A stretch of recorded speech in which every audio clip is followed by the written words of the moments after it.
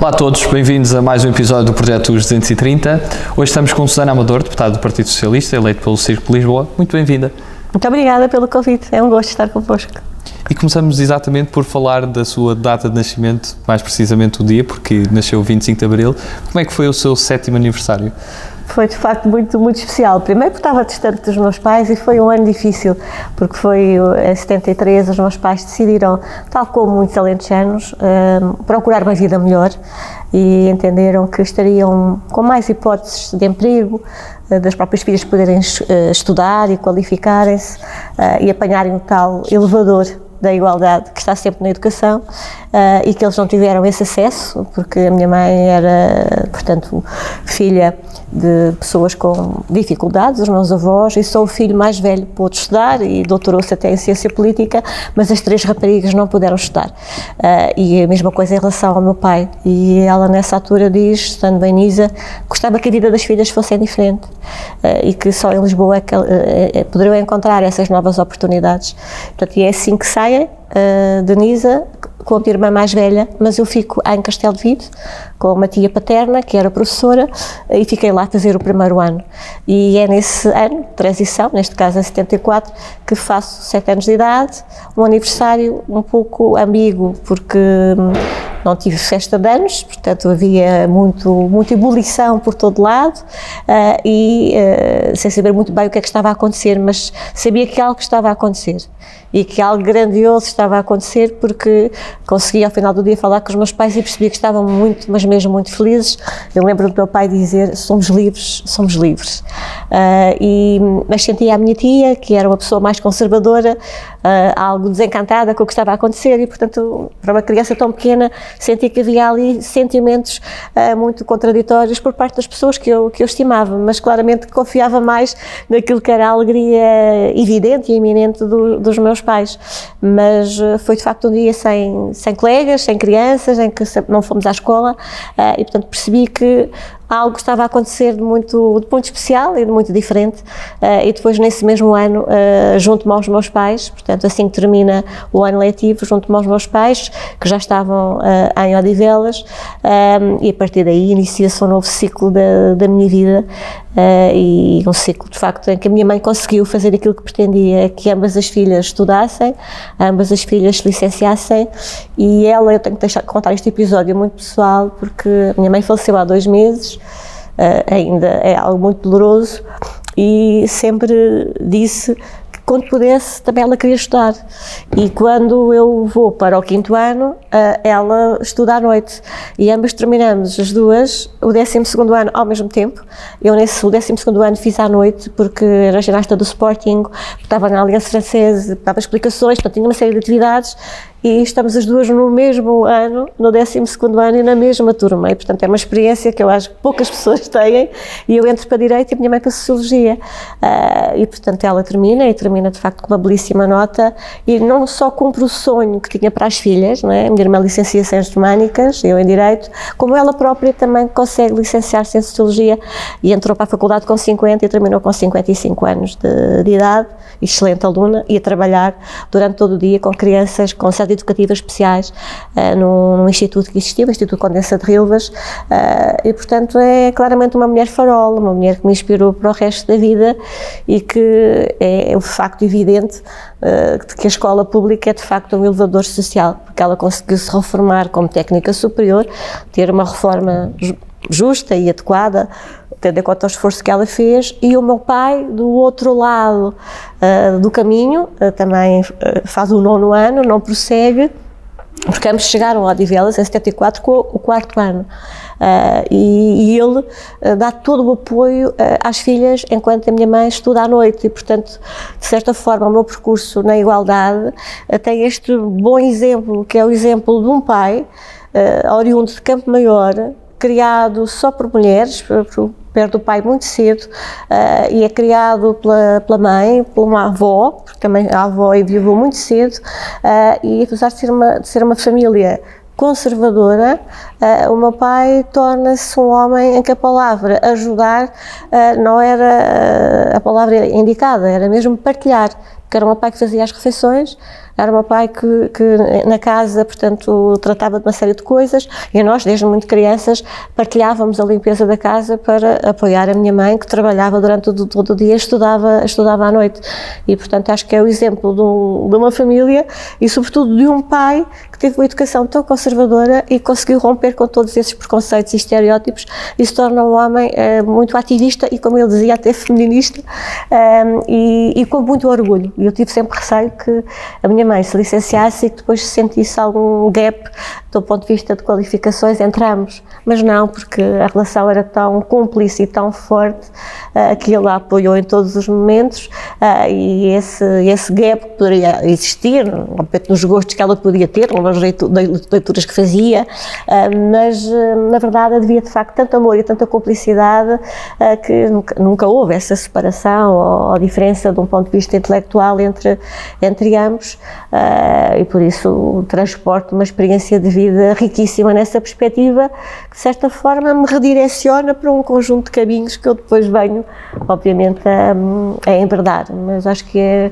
uma história riquíssima e repetível, como é a história de cada um de nós, mas julgo que haverá muito poucas pessoas que estudaram com a mãe ao mesmo tempo no 12º ano e sem ter qualquer tipo de complexo, porque estávamos em carteiras diferentes, mas não havia invasão do espaço nenhuma e havia de facto uma grande liberdade. Aliás, tive o privilégio de ter uns pais que me deram toda a liberdade e disseram sempre máxima liberdade, máxima responsabilidade e, portanto, desde muito cedo pude fazer férias, logo aos 15 anos, com amigas e com a minha irmã,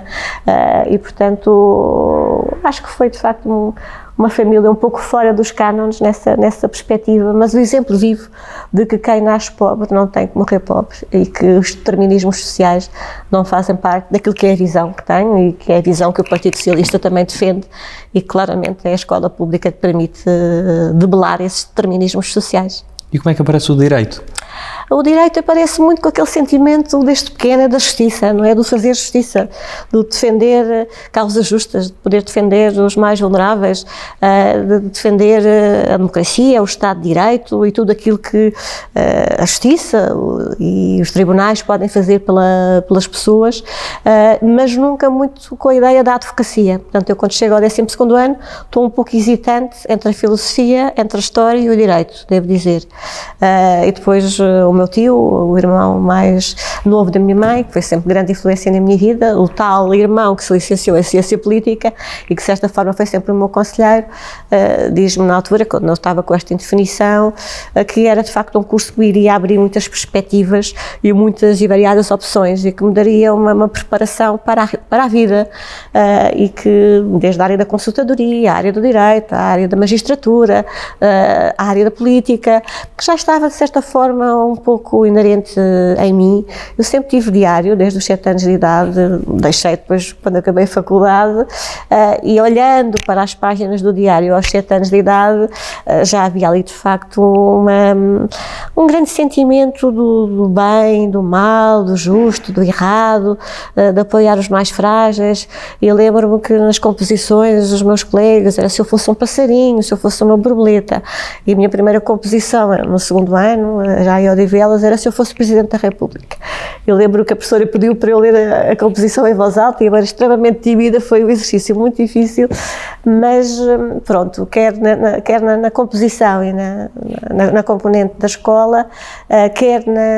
na componente daquilo que são as páginas de reflexão do diário, há de facto claramente já ali uma costela política muito fincada e os comícios aos quais me levaram com o Mário Soares. Portanto, lembro-me às cavaletas do meu pai, o Mário Soares me deram um beijinho, eu escrevi no diário, hoje conheci um grande homem, Mário Soares, e portanto tinha 7, 8 anos de idade, e claramente havia ali já alguma influência. Os meus pais não eram militantes, não eram ativistas, mas sempre se posicionaram à esquerda e no Partido Socialista. E esse meu tio também do PS, toda a família muito ligada ao Partido Socialista, e portanto aquele contacto com a multidão, o contacto com os comícios, a referência que foi Mário Soares, e depois lembro-me particularmente particularmente de uma peça de teatro no ciclo preparatório, portanto, na altura, no 5º ano, a professora de português nos pede para fazer uma peça de teatro que simbolizasse uma página do 25 de Abril. Portanto, eu escolhi a página do regresso dos que estavam, de facto, exilados, do Mário Soares, da chegada à Santa Apolónia. Portanto, fui eu que fiz na altura o texto base, portanto, dirigi, digamos assim, os meus colegas, eu também era uma das personagens,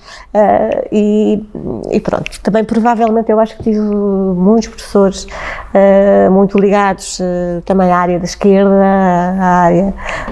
da democracia, dos direitos humanos, que me moldaram. Eu, de facto, tive professores de excelência, até ao 12º ano em Odivelas, e por isso é que também sou uma adepta fervorosa da escola pública, que eu acho que nos deram as asas para a liberdade, para podermos voar, e de facto tive esses ensaios que já evidenciavam claramente que iria ter uma atividade política que durante o direito se foi aprofundando, embora tendo alguns pedidos da Juventude Socialista para aderir, eu sempre disse, eu gosto de fazer as coisas bem feitas e eu agora estou muito focada na faculdade, quero acabar o curso e depois cá tenho receio de não me dedicar como devo à JS, e pronto, e entro no PS depois mais tarde, já depois de acabar o curso e ter feito estágio, mas claramente já, aliás, aos 18 anos votei logo no Partido Socialista, e claramente, pronto, esses valores foram-se aprofundando ao longo da vida. E além dessa ligação ao PS, o que é que se dá também depois de terminada a licenciatura, que neste caso foi na Faculdade de Direito de Lisboa, depois acaba por passar por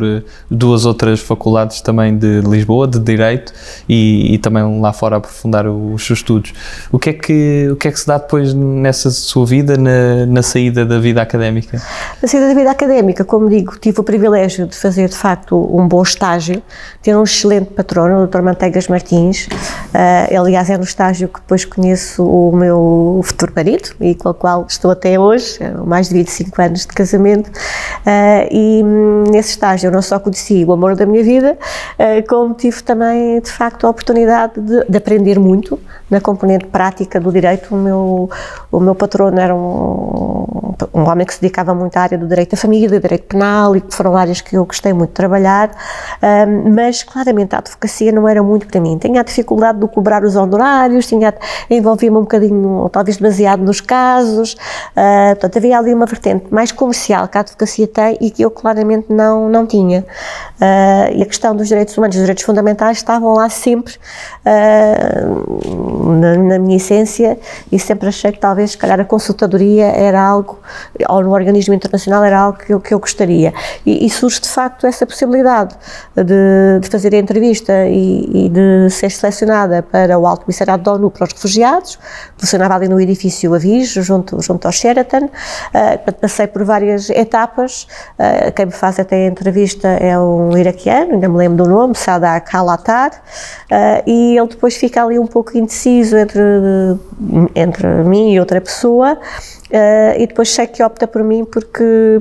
além da componente do direito que ele queria, porque o consultor jurídico teria que fazer os pedidos de asilo, os recursos para o tribunal, teria que ter toda a parte técnica de apoio ao requerente de asilo, e depois dominar os instrumentos internacionais, europeus, a legislação, mas para além disso, toda a componente da entrevista, a empatia, a parte humana, portanto, julgo que, pelo menos a assistente social que estava na altura, disse que foi decisiva para ele, que entendeu que eu não iria ser uma tecnocrata a entrevistar alguém, que era sensível e era preciso esse equilíbrio da técnica e da sensibilidade, e portanto julgo que foi isso que depois determinou, e além disso o domínio das línguas, que era muito importante, o domínio do inglês e do francês, e que iria ajudar nas entrevistas, iria ajudar nos contactos internacionais, e foi, devo dizer, uma das experiências mais marcantes, mais bonitas e mais mágicas da minha vida, porque alguém com 23 anos que sai da faculdade,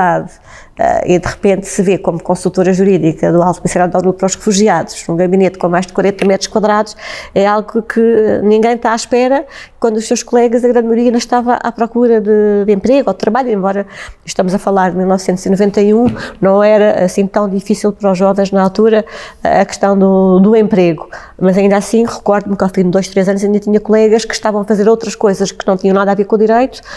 porque não tinham encontrado algo compaginável com a sua licenciatura e tiveram que começar a trabalhar. E nesse aspecto fui de facto uma privilegiada, mas nunca me deslumbrei, não é? Aquele gabinete não me deslumbrou, nem a remuneração, que devo dizer que, olhando para todas as atividades que tive depois, aquela foi claramente a mais bem remunerada. Portanto, as Nações Unidas, obviamente que asseguram boas remunerações, porque também implica 24 sobre 24 horas por dia, portanto, eu não tinha fins de semana, ou seja, se tivesse um requerente de asilo no aeroporto de Lisboa ou ao chegar por via marítima, eu tinha que estar disponível. Podia ser 2 da manhã, 4 da manhã, 5 da manhã, portanto eu tinha que fazer o percurso ou até ao aeroporto ou até Faro ou outro porto marítimo para dar apoio à entrevista e dar apoio e proteção internacional àquele requerente de asilo. E nessa perspectiva sabia que seria 24 sobre 24 horas, a parte de que estar sempre, regra geral, um mês em Geneve, que é onde é a sede do Acnur, para fazer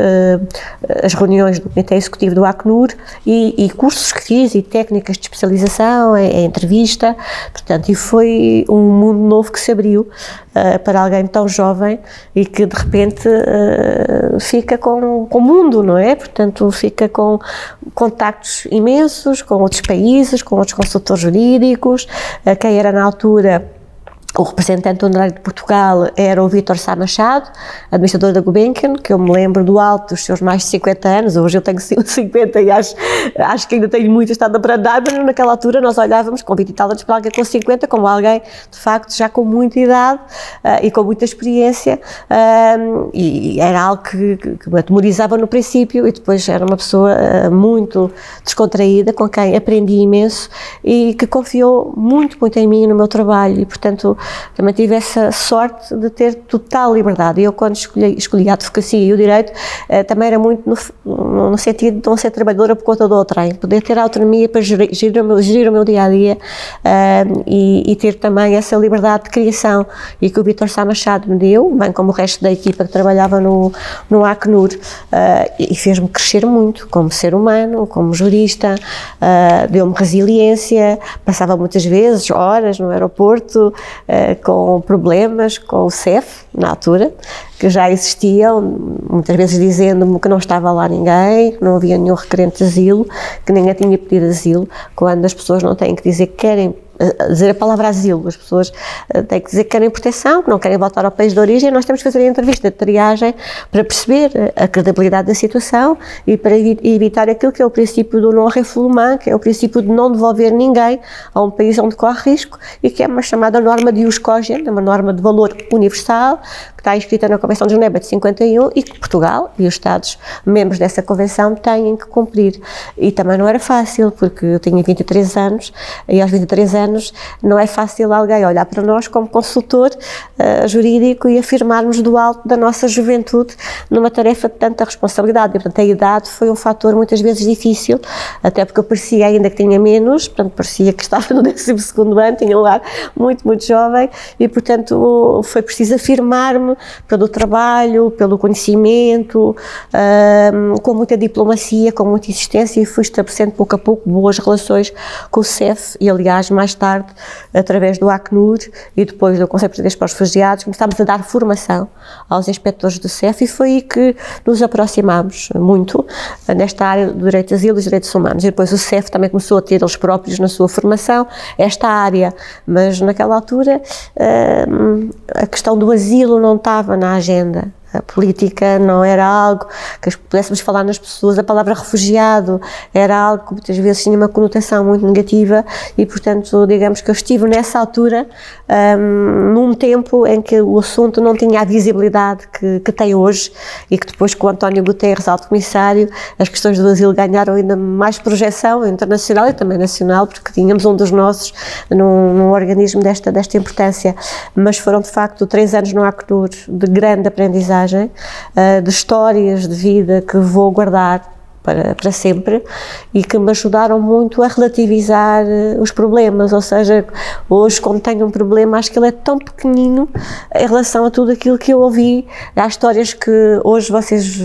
veem e acompanham na televisão, não é? Do Mediterrâneo, dos naufrágios, portanto, mas eu com 23 anos vivia essas histórias numa escala diferente de mulheres que tiveram que lançar os seus bebés, que morreram na travessia e que perderam os seus filhos durante a travessia, de traumas para o resto da vida, de mulheres que foram abusadas, que foram torturadas, de homens também perseguidos, de homens com marcas de tortura no corpo, de histórias muito difíceis de perseguições políticas, de abusos, de violações aos direitos humanos muito evidentes, e que não era só escrever o pedido de asilo de forma técnica, era ouvir todo o drama que ali estava e depois conseguir que fossem reconhecidos refugiados em Portugal, e quando o pedido era indeferido, tentar que ficassem por motivos humanitários ou que ficassem legalizando-os porque não tinham os motivos para o asilo, mas também queriam uma vida melhor e Portugal poderia e devia dar-lhes essa vida melhor, e trabalhar em parceria com os organismos que existiam na altura. Trabalhei muito com a AMI, com a OIM, com a Amnistia Internacional, portanto havia uma rede que se foi formando, mas num tempo onde estas matérias não eram matérias ainda muito estudadas ou muito conhecidas. Hoje, felizmente, já há teses de doutoramento, já há teses de mestrado. A minha tese de mestrado foi sobre direito de asilo, mulheres refugiadas, o manto da invisibilidade dos mídia, mas felizmente quando a fiz já havia mais jurisprudência, mais bibliografia, portanto, que fiz já na década de 2000, enquanto ainda era Presidente de Câmara, mas naquela altura havia de facto muita informação, mas canadiana, inglesa, francesa, mas havia poucos estudos ainda em Portugal. Mas pronto, foi de facto, como disse, um tempo de muito crescimento como ser humano e que me ajudou muito para o resto da vida, a ter os direitos humanos no centro da minha vida política, no meu coração permanentemente, e me ajudou, como disse, a relativizar aquilo que hoje, muitas vezes achamos que é um drama e que eu penso sempre, não, aquela situação é que é dramática, eu tenho meios e instrumentos para resolver esta situação. E claro que essa experiência depois é levada para todos os percursos que tenho a seguir. Obviamente ficou de forma indelével marcada, e depois quando a Acnur encerra a sua sede em Portugal, porque fez uma grande reformulação na altura, foi criada uma ONG, o Conselho Português para os Refugiados, para onde eu transito como coordenadora do gabinete jurídico, onde trabalho com a Teresa Tito Moraes, que também pertenceu à Acnur em tempos, e onde aprendo muito também com a Teresa Tito Moraes, que também traz o nome de um dos fundadores do Partido Socialista, e a ONG vai crescendo e hoje é uma ONG com dezenas de trabalhadores, com centros de acolhimento para refugiados, com centros e espaços para a criança, mas no tempo eu comecei no CPR, éramos 3, e portanto eu costumo dizer que eu estou sempre nas alturas difíceis, nos momentos mais difíceis para fazer crescer alguma coisa, não é? E hoje o CPR cresceu imenso, é uma ONG de referência e que tem também, não é por acaso, a inscrição na própria Lei de Asilo como um organismo que acompanha a instrução dos pedidos de asilo, porque ganhou também credibilidade internacional, europeia e nacional para poder fazer esse acompanhamento jurídico e depois também toda a integração social,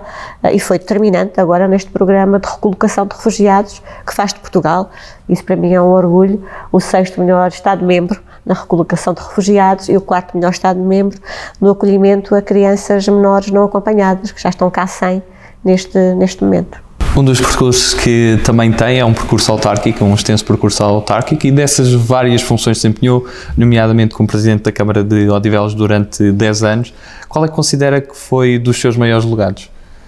Eu julgo que consegui, durante essa década, afirmar Odivelas a 3 níveis. Em primeiro lugar, como Conselho Educador.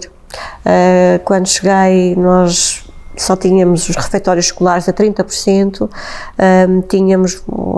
um edificado escolar a crescer de reabilitação e havia projetos pedagógicos que podiam ser implementados. E o que é certo é que nessa década conseguimos ter as 3 escolas secundárias requalificadas pela Parque Escolar, cerca de 30 milhões de euros, e conseguimos requalificar todas as escolas do ensino básico, segundo e terceiro ciclo, portanto um investimento de mais de 30 milhões de euros no Parque Escolar, e ao mesmo tempo, além da parte material, aquilo que eu julgo que fica como marca foi o combate ao insucesso escolar, com o projeto SEI Odivelas, para combater o abandono e o insucesso, com uma equipa multidisciplinar, muitos deles da área da Sociologia e da Psicologia. De certa forma, fomos precursores de projetos que depois o Ministério da Educação teve mais tarde. Fomos projetos desse combate ao abandono e ao insucesso escolar, que depois o Governo teve mais tarde, o Governo do PS tem tido mais tarde, com as estratégias que tem no combate ao abandono e ao insucesso, e também na oferta e atribuição dos manuais escolares, porque fomos das primeiras autarquias, em 2007, a atribuir os manuais e as fichas escolares a todas as crianças do primeiro ciclo, também no âmbito deste conceito de Odivelas Cidade Educadora, portanto, que é um repto da Carta das Cidades Educadoras, que é, no fundo, fazer com que toda a cidade possa olhar para a escola em interação e que a escola possa ser um polo de todos os cidadãos e que possa estar aberta, possa ter dinâmica cultural, dinâmica desportiva, as bibliotecas criadas, bibliotecas fora de horas para os jovens estudar, bibliotecas abertas 24/24 horas, portanto houve aqui um conjunto de projetos, a meu ver, que afirmaram Odivelas como concelho educador, e não é por acaso que hoje Odivelas é dos poucos municípios do país, juntamente com o município dos Açores, que tem a maior taxa de natalidade do país, porque isso atraiu famílias jovens e com filhos. A segunda marca que fica no concelho de Odivelas é a marca de novos e melhores serviços públicos e de modernização. Nós precisávamos ter serviços próprios que alavancassem um concelho que tivesse vida própria, que tivesse respostas próprias, e claramente a loja do cidadão de segunda geração de Odivelas, em que pouco se acreditava, é hoje um dos maiores sucessos. Tem, aliás, o centro local de apoio ao migrante mais frequentado do país, tem um balcão municipal que dá respostas rápidas e céleres nos licenciamentos urbanísticos, nas taxas semestriais, portanto, num conjunto de áreas, e os julgados de paz, que tiveram também uma resposta muito boa para as soluções ágeis de pequenos conflitos, e, portanto, respostas que deram qualidade, seguramente, em termos de serviço público a Odivelas, a par de outros equipamentos, como a Casa da Juventude, como o Centro de Exposições. Também acho que fica esta marca grande da cultura, onde decidi juntar duas identidades, para contrariar aquela ideia que eu achava detestável na faculdade, da menina da periferia, não é? Portanto, a Faculdade de Direito foi um bocadinho elitista, e eu era a menina de Odivelas, a menina da periferia, que ia de transportes públicos, e a maior parte dos meus colegas iam de carro, no carro dos pais, ou tinham carro próprio, e diziam: Odivelas, isso é uma terra de índios, é uma terra perigosa. E eu disse: não, Odivelas tem imensa identidade, e uma das identidades é o facto de termos no Mosteiro de São Dinis o rei Dom Dinis sepultado, o primeiro rei não analfabeto, o primeiro rei que oficializou a língua portuguesa. Portanto, um rei poeta, um rei trovador, um rei da diplomacia, e que está lá sepultado e escolheu ser sepultado no Mosteiro de São Dinis. E Odivelas também escreveu uma história contemporânea, porque foi do Regimento de Engenharia 1 da Pontinha que se organizou a Revolução de Abril. E, portanto, temos inscritos na nossa história páginas muito importantes e que fomentaram a nossa identidade.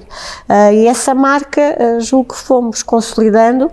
com uma componente cultural muito forte, com a Mala Posta, com o Centro de Exposições, com as bibliotecas fora de horas, portanto, conjunto de polos culturais que permitem que hoje, a Odivelas, nós podemos ir ao teatro, podemos ter um espetáculo musical, e, portanto, podemos ter uma resposta cultural própria, invertendo aquele estigma do concelho periférico, do concelho sem identidade. Não, nós hoje temos um excelente roteiro gastronómico, um bom roteiro cultural, um bom roteiro educativo, boas respostas de serviços públicos e boas respostas sociais. Não havia uma única resposta para a deficiência em Odivelas quando eu cheguei, e conseguimos, com a APCL, ter as casas da Granja, portanto, que têm não só a vertente lar, como a vertente da autonomização de jovens com paralisia, bem como a CEDEMA, que também tem agora resposta em Odivelas, na freguesia de Famões, com ocupação de tempos livres e com atendimento e apoio para crianças com deficiência e jovens com deficiência mental e jovens adultos, a par de outras entidades que foram também crescendo em respostas na área da deficiência. E por isso eu costumo dizer que Odivelas é bom para crescer, é bom para investir e é bom para viver, porque isso criou de facto um clima amigo das empresas, amigo das famílias e amigo da cultura. E, portanto, hoje orgulho-me muito de termos urbanizações também com muita qualidade, com imensas respostas, e se for numa sexta-feira ou quinta-feira à noite a Odivelas, vai haver filas em vários restaurantes de grande qualidade, com produtos diferenciadores, e vai perceber que as pessoas hoje escolhem viver em Odivelas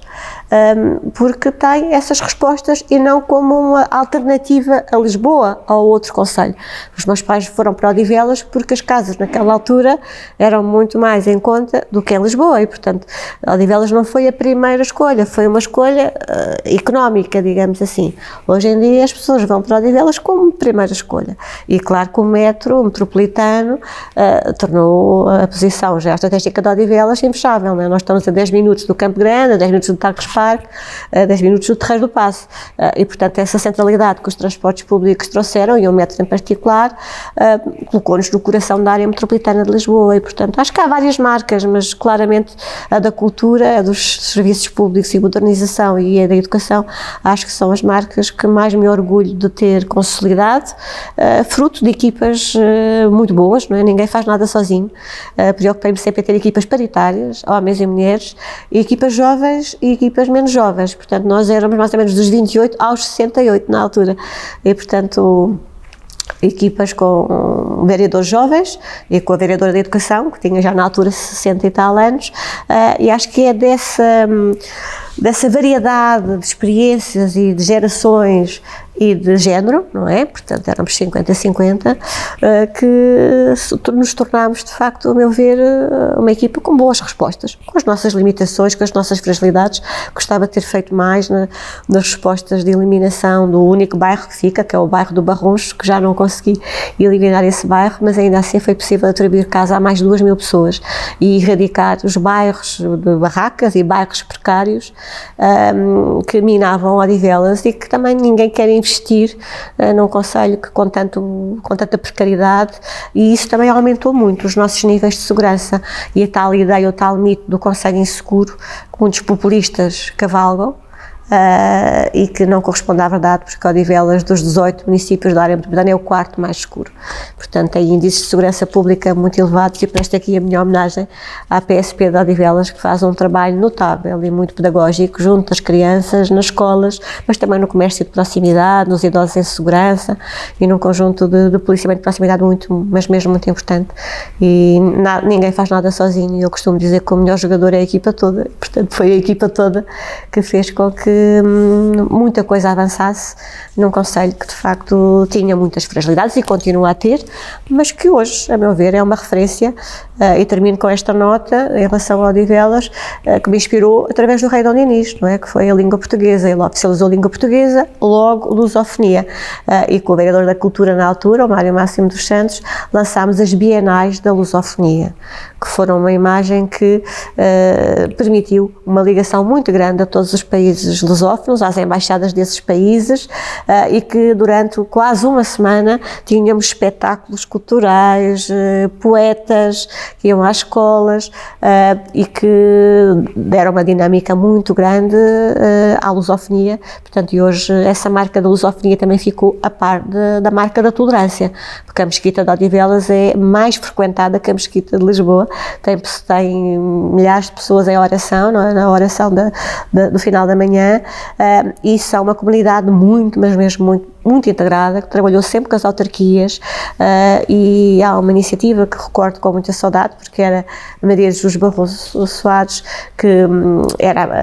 a patrona da iniciativa, que era a Oração pela Paz, que o meu atual sucessor mantém, que permitia juntar todos os credos religiosos em Odivelas, e aí fazermos de facto essa oração pela paz e pela diversidade e pela cultura, promovendo a inclusão e esse concelho de paz e tolerante que é Odivelas. E mais tarde foi secretária de Estado da Educação, e é essa lógica também que teve da experiência autárquica de maior interação escolar que também leva. E qual é que sentiu que foi o maior desafio nesse exercício dessas funções? Eu tive de facto o Ministério da Educação na altura mais complexa, que foi o início da pandemia e da primeira vaga, mas a experiência que levei para a governação teve muito a ver com tudo aquilo que o poder local pode e deve fazer em parceria com o Ministério da Educação, e por isso um dos desafios que tive foi implementar a reforma da descentralização na educação, que levei a bom porto, uma vez que já estão neste momento 100 municípios que aderiram à reforma da descentralização, porque a verdade é que sempre que nós descentralizamos, e fizemos isso com o primeiro ciclo, e depois era visível o grau de conservação e de qualidade das escolas de primeiro ciclo, por contraponto com as escolas de segundo e terceiro ciclo ou secundário. Embora com Maria Lourdes Rodrigues fizemos já contratos interadministrativos para o segundo e terceiro ciclo, e portanto isso permitiu que 80 municípios também foram para essa fase, mas esta reforma vai mais longe e é todo o edifício educativo até ao 12º ano, e por isso é uma reforma que está a fazer o seu caminho, que está a correr muito bem, uma vez que o Ministério da Educação cumpre claramente as transferências que tem que fazer. Já milhares de assistentes operacionais e assistentes técnicos do Ministério da Educação foram transferidos para os quadros de pessoal dessas autarquias, e portanto essa reforma e o seu curso foi um dos desafios que tive à partida, e esse trabalho foi facilitado porque conhecia muitos dos autarcas, e depois o grande desafio foi aprofundar tudo o que é a ação social escolar num tempo difícil, e portanto conseguirmos de facto os manuais escolares até ao 12º ano, e ao mesmo tempo manter 520 escolas abertas em período de pandemia, escolas de referência que tiveram sempre a fornecer milhões de refeições escolares para os alunos mais carenciados, de escalão A e escalão B, e ao mesmo tempo receber os trabalhadores de funções essenciais podiam deixar os seus filhos nessas escolas de referência. E depois todo o projeto de remoção do amianto das escolas, que ainda acompanhei, e que era também algo que era um repto enorme, porque não podíamos manter de facto as escolas com esse material, e que fruto também de investimento e de fundos comunitários está lançado, e portanto e que as autarquias eram as beneficiárias desse apoio financeiro, e que juntamente com o meu colega Carlos Miguel lançámos o repto ao poder local para que pudessem lançar todas as empreitadas para termos amianto zero nas nossas escolas, e portanto foi uma experiência relativamente curta, mas muito intensa, onde pude aprofundar um conjunto de áreas e setores, e designadamente também montar aquilo que me é muito querido, que é montar simplificação e modernização. Portanto, nós conseguimos fazer todo o concurso de docentes num período de pandemia, de confinamento, e fazê-lo todo por via eletrónica, e conseguimos até pela primeira vez colocar todos os docentes antes da primeira quinzena de agosto, e mais professores no procedimento concursal, e isso deveu-se claramente a uma evolução muito grande que o Ministério teve que fazer, e também aqui saúdo a DGEST e saúde a doutora Susana Castanheira, que tem a parte concursal, que acolheu bem esse desafio e conseguiu, de facto, montar comigo todo este processo complicado de lançar um concurso de docentes em total confinamento, usando só toda a componente eletrónica, e foi possível fazê-lo, e por isso é que eu acho que há coisas que já não voltam atrás, e a simplificação e a modernização administrativa e o uso de plataformas e o trabalho por esta via vai ter que prosseguir, porque com muitos presidentes de Câmara, a 300 km de distância, fizemos reuniões produtivas, pragmáticas, e se calhar no futuro não é necessário que as pessoas se deslocam, porque isso deixa menos pegada ambiental e ao mesmo tempo conseguimos conseguimos resolver os assuntos e os problemas e, portanto, seguramente a transição digital foi acelerada e deixei também preparado e está a ser consolidado a escola digital e, portanto, que também era fundamental, porque naquele primeiro período foi evidente as desigualdades existentes entre os alunos que tinham o computador e os que não tinham e como é que podiam acompanhar as aulas e por isso também encontrar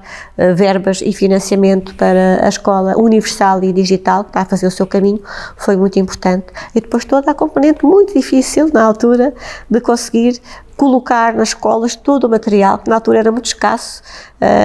de máscaras e de higienização e material desinfetante, que foi preciso, obviamente, com a ajuda do Ministério da Saúde, dos Serviços Partilhados da Saúde, e depois com a logística dos militares, que numa primeira fase ajudaram o Ministério da Educação e assumi esse dossiê, conseguimos que transportassem em segurança o material para as escolas que abriram nessa altura. Hoje, felizmente, demos já autonomia às escolas e transferimos as verbas e são as escolas que compram o material, mas naquela altura não era possível porque o mercado não tinha em quantidade suficiente, portanto foi preciso um processo mais complexo e todo monitorizado no meu gabinete e por isso foi breve, mas muito, muito intenso e também um desafio que guardo para a vida, seguramente. Passamos à segunda parte da nossa entrevista às nossas escolhas, em primeiro lugar, e a primeira escolha que lhe proponho é entre humildade e ambição. Humildade, sempre. Cães ou gatos? Cães, tenho o Alf. Angela Merkel ou Macron? Angela Merkel, sobretudo pela posição que ela teve na defesa dos refugiados e a posição sempre corajosa que teve no receber o outro e afirmar uma cultura humanista nessa perspectiva. Segurança ou liberdade? Não há liberdade sem segurança, não há segurança sem liberdade. Campo ou cidade? Cidade, sem dúvida. Chutes e pontapés ou Rui Veloso? É tão difícil a escolha, porque gosto muito dos dois, mas talvez Rui Veloso. Boris Johnson ou Bolsonaro? Nem um nem o outro, não são inspiração para mim. Saramago ou Sofia? Sofia, sempre Sofia, na busca da forma justa. Nascer ou pôr do sol? O pôr do sol, sim, é mais inspirador para mim. Sonho ou realidade?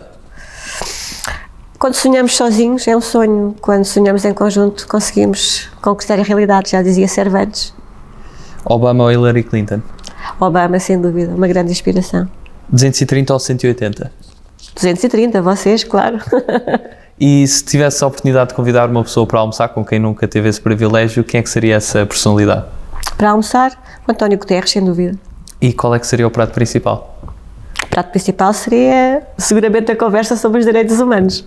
Mas teria, se pudesse escolher algum prato específico, sei que ouvimos dizer que não gosta de bacalhau o António Guterres, que é uma pessoa também muito escolhida. Se pudéssemos escolher o prato, eu escolheria um prato alentejano, seguramente. Gosto muito de entrecosto com migas. Com migas. E qual é que seria a primeira pergunta que fazia António Guterres? Seria difícil a pergunta, mas o que é que ainda lhe falta fazer? Uma vez que já fez tanto pelo mundo, pelos direitos humanos e também por Portugal, o que é que ele ainda acha que está por fazer? E no mundo da música tem assim alguma inspiração? Sem dúvida, Freddie Mercury é uma das bandas e é uma das, para mim, das melhores vozes de sempre e acho que não há nenhuma canção do Freddie Mercury que eu não gosto. E no cinema? No cinema, o Woody Allen é de facto para mim uma referência, acho que não há nenhum filme do Woody Allen que eu não tenha visto, gosto muito do sentido do humor, gosto muito das personagens e é um tipo de filme que gosto muito e que me dá muito prazer e que revisito muitas vezes. A literatura também tem sido algum autor ou obra favorito? Da literatura, claramente Miyakoto, gosto muito dos livros de Miyakoto e não me deito sem poesia e, portanto, a Sofia de Melbrenner faz parte dos meus livros de mesa de cabeceira e, portanto, há sempre um poema que leio à noite que me ajuda a descomprimir e, portanto, desde Camões e dos Lusíadas a outros poetas, Eugênio de Andrade, que a poesia faz parte da minha vida, mas tenho cerca de 10, 12 livros de cabeceira, estou a ler um também do Jorge Letria, sobre uma personagem sem abrigo, portanto, normalmente estou a ler sempre 4 ou 5 livros ao mesmo tempo, mas a poesia claramente é para mim o prato principal. E qual é a próxima grande viagem que gostava de fazer? As grandes viagens são sempre interiores para mim, começam sempre cá dentro, mas claramente ainda há muitos países que gostava de poder conhecer, tive o privilégio de passar por muitos, até por motivos profissionais, mas claramente gostava muito de ir para a Ásia, que é portanto, não conheço muito, só conheço a Tailândia e, portanto, eventualmente ao Nepal ou outros países asiáticos gostava de conhecer. Também acho que a cultura asiática é inspiradora. Passamos agora a um conjunto de palavras soltas e pedia que me dissesse o que é que associa estas palavras, numa ou em poucas palavras. A primeira é Dom Dinis. Língua portuguesa. Poder local. Concretização. Segurança social. Solidariedade. Refugiados. Direitos humanos. Direitos humanos. Universalidade. Justiça. Direito. Subúrbios. Dificuldades. Urgência. Urgência. Urgência. Imperativo. Amigos. Afeto. Família. Presença constante. E se pudesse resumir Portugal numa palavra, que palavra escolhia? Portugal. Solidariedade. E para terminar, que mensagem é que gostaria de deixar a todos os portugueses? Que tenham esperança e que, acima de tudo, acreditem em si próprios, no seu empreendedorismo e que, sobretudo, acreditem no seu país e naquilo que podemos fazer em conjunto, que é muito, e que, ao mesmo tempo, olhem para as dificuldades, muitas vezes, como oportunidades de fazermos mais e melhor e, sobretudo, olhem para quem está ao lado com solidariedade, porque muitas vezes quem está ao nosso lado está bem pior do que nós. Susana Amador, muito obrigado pela sua participação. Muito obrigada, eu também, foi um prazer. E obrigado a todos lá em casa, continuem a acompanhar o projeto 230, voltaremos com mais entrevistas. Até à próxima.